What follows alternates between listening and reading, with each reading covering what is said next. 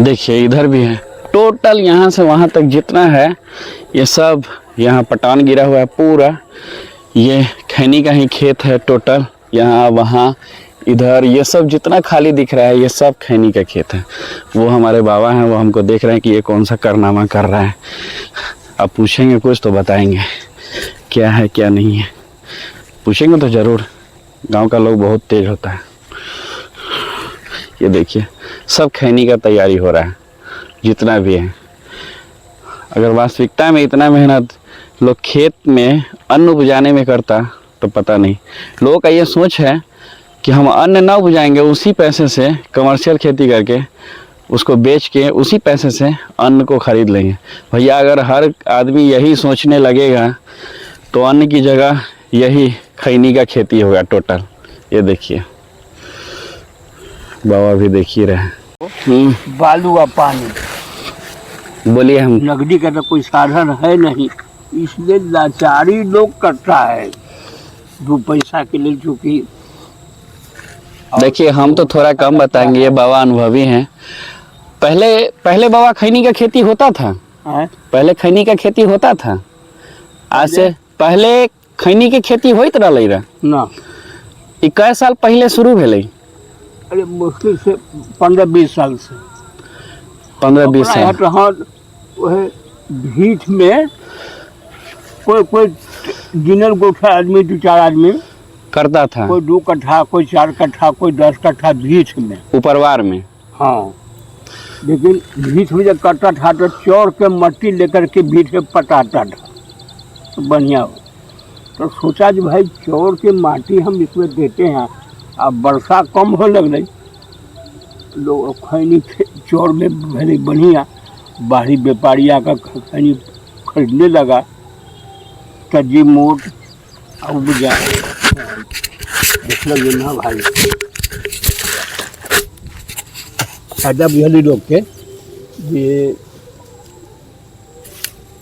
खैनी कर लिया। खैनी के बाद में फिर 2 साल 3 साल तक ले खेत रहता है, बहुत कामयाबी।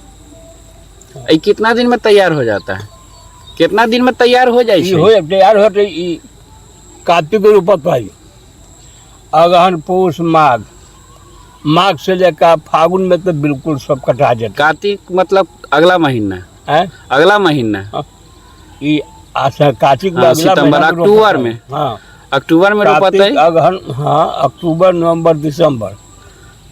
जनवरी में तो एकदम वहाँ कुछ न रहते। अब फिर यानी 4 महीना में, 4-5 महीना में पूरा तैयार। 4 महीना में। 4 महीना में। आई कैसे कट्ठा बिक जाले? 4000, 5000, 6000, 7000 रुपये कट्ठा।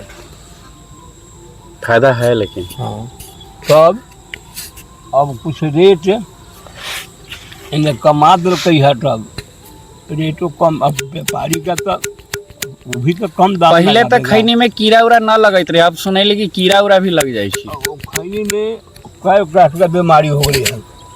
एगो गलका हो गई, एगो कोढ़िया हो गई, एगो बाझी हो गई, ये सब तरह के और कोनो कीड़ों के प्रकोप है, तो ये सब है।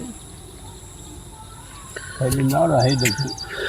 देखिए भैया हम तो नया है, थोड़ा कम जानेंगे, लेकिन बाबा हमारे अनुभवी हैं। 15 हमारे गांव में 10-15 साल से उसी बीच में ये खेती हो रहा है। पहले भीठ में, ये भीठ यानी कि ऊपरवार ज़मीन में जहाँ पानी नहीं पहुँचता था वहाँ पे खेती होता था।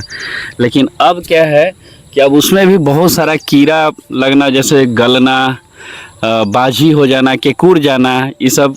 यानी कि हर फसल में आप जितना दवा छीटिएगा उतना ज़्यादा बीमारी, एक 10 बीमारी को बचाइएगा 10 बीमारी उसके जोड़े जोड़े आएगा। क्योंकि ये कंपनियां जो दवा बनाती हैं एक बीमारी के साथ साथ उसको छुड़ा तो देती है, लेकिन 6-7 बीमारी साथ साथ आ जाती है।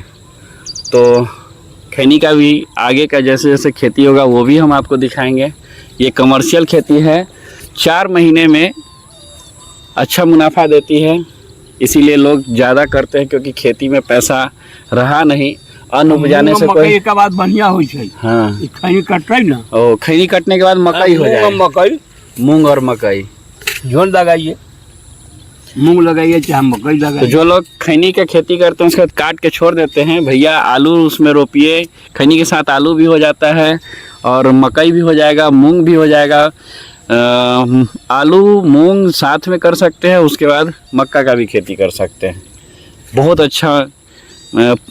जब खैनी कटेगा तो उसके बाद देखिएगा पूरा चौर में सिर्फ मक्का ही मक्का दिखेगा, क्योंकि जो खाद अभी पड़ा है ये हम लोग इधर पटान बोलते हैं, गोबर का लेहना, कहीं कहीं आपके राज्य में इसको क्या बोलते हैं पता नहीं। केमिकल देना होगा कि भाई तो हुआ ये आपका मवेशी वाला। अच्छा, आप फिर केमिकल खाद पड़ेगा, इसमें खल्ली पड़ेगा, नीम के खल्ली, तोरी के खल्ली, ये सब पड़ेगा। अच्छा। और उसके बाद तो अब केमिकल भी देगा, DAP। खैनी तो माने इसका जो आय होता है उसका 50% ही खा जाता है। हाँ, मतलब जितना पैसा आएगा उसका आधा परसेंट, आधा खैनी खत्म कर देगा से लेकर खाद में। हाँ, लेकिन इसके बाद जो फसल लगाइएगा वो फ्री में खाली होगा। आपको जोत का बो देना, सिर्फ उसमें जोत कोई का, तरह के खाद की जरूरत नहीं। कोई तरह के खाद का जरूरत नहीं है भैया। खैनी कीजिए बीज लगा दीजिए, लेकिन ज़्यादा मत कीजिए, अनाज भी होना जरूरी है। और खैनी के बाद मक्का जरूर लगाइए, क्योंकि मक्का अभी मुर्गी पालन के लिए सबसे बेहतरीन फसल बन चुके हैं। होगा और बीज में जो लगेगा आपका वही खर्च हुआ। अच्छा, चलिए इस वीडियो को हम यहीं पे समाप्त करते हैं। फिर किसी और के साथ अगले दिन नए ब्लॉग में मैं आपको कुछ और बताऊंगा। अगर मेरा वीडियो अच्छा लगा हो, ये मेरा गांव है, पूरा तरह से हरियाली, हम हरियाली के बीच में ही बैठे हुए हैं। देखिए हम हैं, बाबा हैं, और ये अब अंधेरा होते जा रहा है, सूरज भगवान डूब गए हैं। और फिर कल नए ब्लॉग के साथ मिलते हैं। धन्यवाद।